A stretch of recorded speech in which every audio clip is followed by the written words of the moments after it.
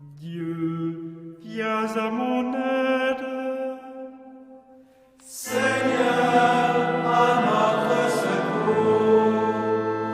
Gloire au Père et au Fils et au Saint-Esprit, au Dieu qui est, qui était et qui vient, pour les siècles des siècles. Amen. L'ange du Seigneur apporta l'annonce à Marie. Et elle conçut du Saint-Esprit. Voici la servante du Seigneur. Qu'il me soit fait selon votre parole. Et le Verbe s'est fait chair. Et il a habité parmi nous. Priez pour nous, Sainte Mère de Dieu, Afin que nous soyons rendus dignes des promesses du Christ.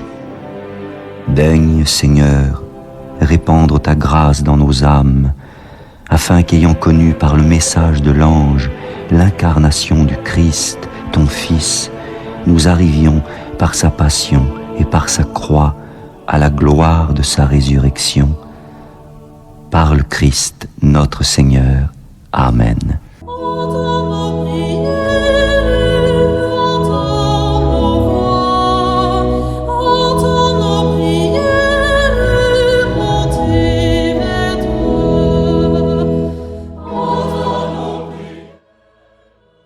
Seigneur, dans le silence de ce jour naissant, je viens te demander la paix, la sagesse, la force.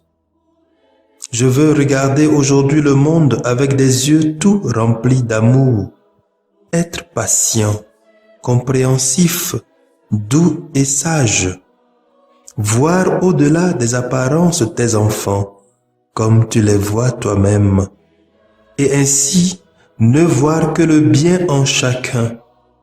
Ferme mes oreilles à toute calomnie. Garde ma langue de toute malveillance. Que seules les pensées qui bénissent demeurent en mon esprit. Que je sois si bienveillant et si joyeux, que tous ceux qui m'approchent sentent ta présence. Revêts-moi de ta beauté, Seigneur, pour qu'au long de ce jour, je te révèle. Amen.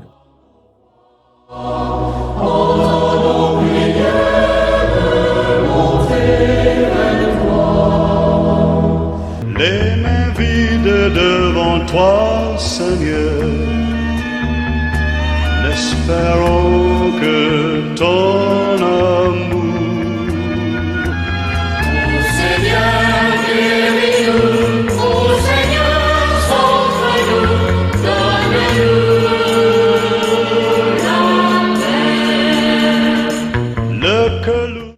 Les textes de ce jour nous sont lus par sœur Diane Audrey Raymond de l'Institut des Sœurs de Notre-Dame des Apôtres et le diacre Mathias Etche de la Société des Missions Africaines, commenté par le Père Pierre-Paul Anani de la Société des Missions Africaines. Dans la nuit de notre désespoir, lorsque sombre toute joie. Lecture du livre du prophète Jérémie, au chapitre 7, du verset 23 au verset 28. Ainsi parle le Seigneur. Voici l'ordre que j'ai donné à vos pères. Écoutez ma voix, je serai votre Dieu, et vous, vous serez mon peuple. Vous suivrez tous les chemins que je vous prescris, afin que vous soyez heureux. Mais ils n'ont pas écouté, ils n'ont pas prêté l'oreille, ils ont suivi les mauvais penchants de leur cœur endurci. Ils ont tourné leur dos et non leur visage. Depuis le jour où vos pères sont sortis du pays d'Égypte jusqu'à ce jour, j'ai envoyé vers vous inlassablement tous mes serviteurs les prophètes. Mais ils ne m'ont pas écouté, ils n'ont pas prêté l'oreille, ils ont raidi leur nuque, ils ont été pires que leur père. Tu leur diras toutes ces paroles et ils ne t'écouteront pas. Tu les appelleras et ils ne te répondront pas. Alors tu leur diras, voilà bien la nation qui n'a pas écouté la voix du Seigneur son Dieu et n'a pas accepté de leçon. La vérité s'est perdue, elle a disparu de leur bouche. Parole du Seigneur, nous rendons grâce à Dieu.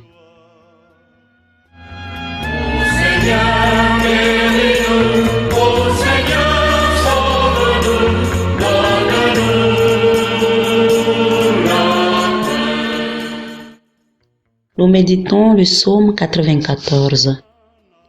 Aujourd'hui, ne fermez pas votre cœur, mais écoutez la voix du Seigneur. Venez, crions de joie pour le Seigneur, acclamons notre rocher, notre salut. Allons jusqu'à lui en rendant grâce, par nos hymnes de fête, acclamons-le. Aujourd'hui, ne fermez pas votre cœur, mais écoutez la voix du Seigneur. Entrez, inclinez-vous, prosternez-vous. Adorons le Seigneur qui nous a fait. Oui, il est notre Dieu. Nous sommes le peuple qu'il conduit. Aujourd'hui, ne fermez pas votre cœur, mais écoutez la voix du Seigneur. Aujourd'hui, écouterez-vous sa parole. Ne fermez pas votre cœur comme au désert, comme au jour de tentation et de défi, où vos pères m'ont tenté et provoqué. Aujourd'hui, ne fermez pas votre cœur, mais écoutez la voix du Seigneur. Gloire au Christ, parole éternelle du Dieu vivant. Gloire à toi, Seigneur. Maintenant, dit le Seigneur, revenez à moi de tout votre cœur, car je suis tendre et miséricordieux. Gloire au Christ, parole éternelle du Dieu vivant. Gloire à toi, Seigneur.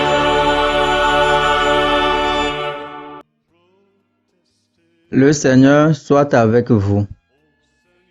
Évangile de Jésus-Christ selon saint Luc, chapitre 11, versets 14 à 23. En ce temps-là, Jésus expulsait un démon qui rendait un homme muet. Lorsque le démon fut sorti, le muet se mit à parler, et les foules furent dans l'admiration. Mais certains d'entre eux dirent, « C'est par Belzéboul, le chef des démons, qu'il expulse les démons. » D'autres, pour le mettre à l'épreuve, cherchaient à obtenir de lui un signe venant du ciel. Jésus, connaissant leurs pensées, leur dit, « Tout royaume divisé contre lui-même devient désert.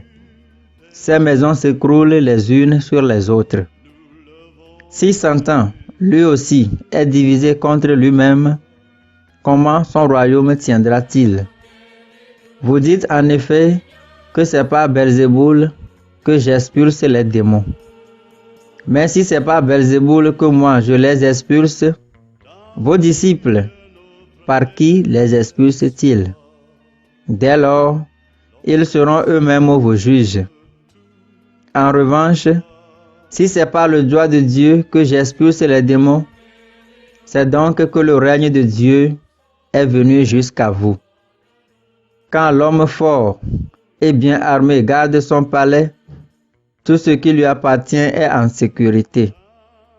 Mais si un plus fort survient et triomphe de lui, il lui enlève son armement auquel il se fiait et il distribue tout ce dont il l'a dépouillé.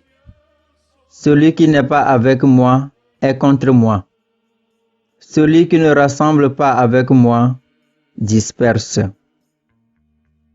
Acclamons la parole de Dieu.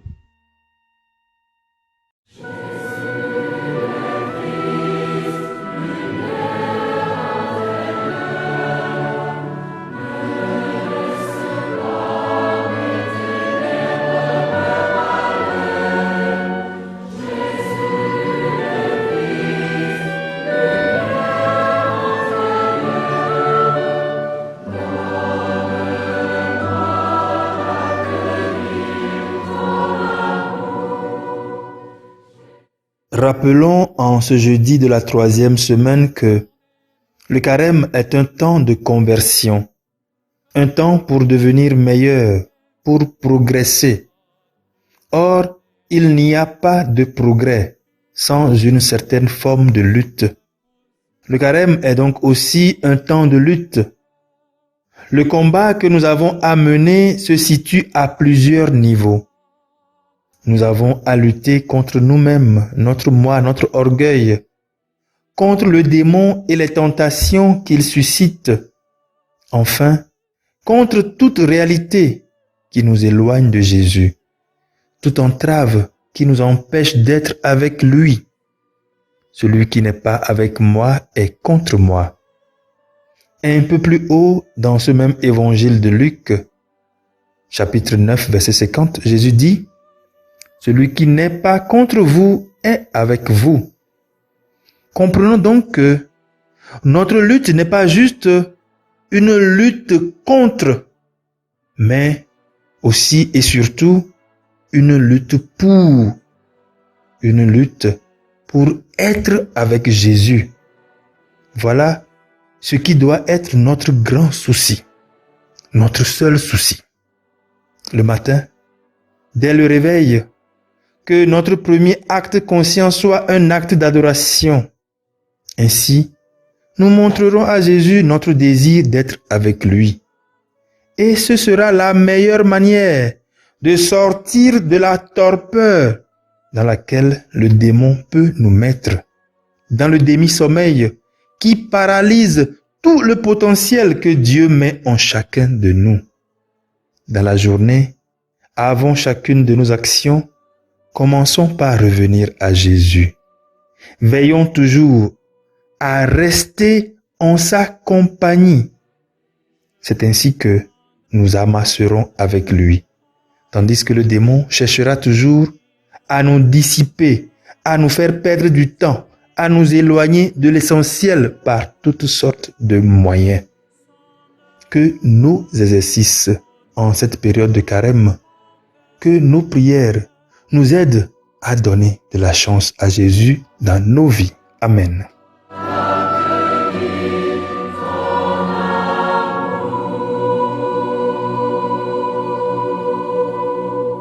Le Seigneur soit avec vous. Et avec votre esprit, Que Dieu Tout-Puissant vous bénisse, le Père, le Fils et le Saint-Esprit. Amen.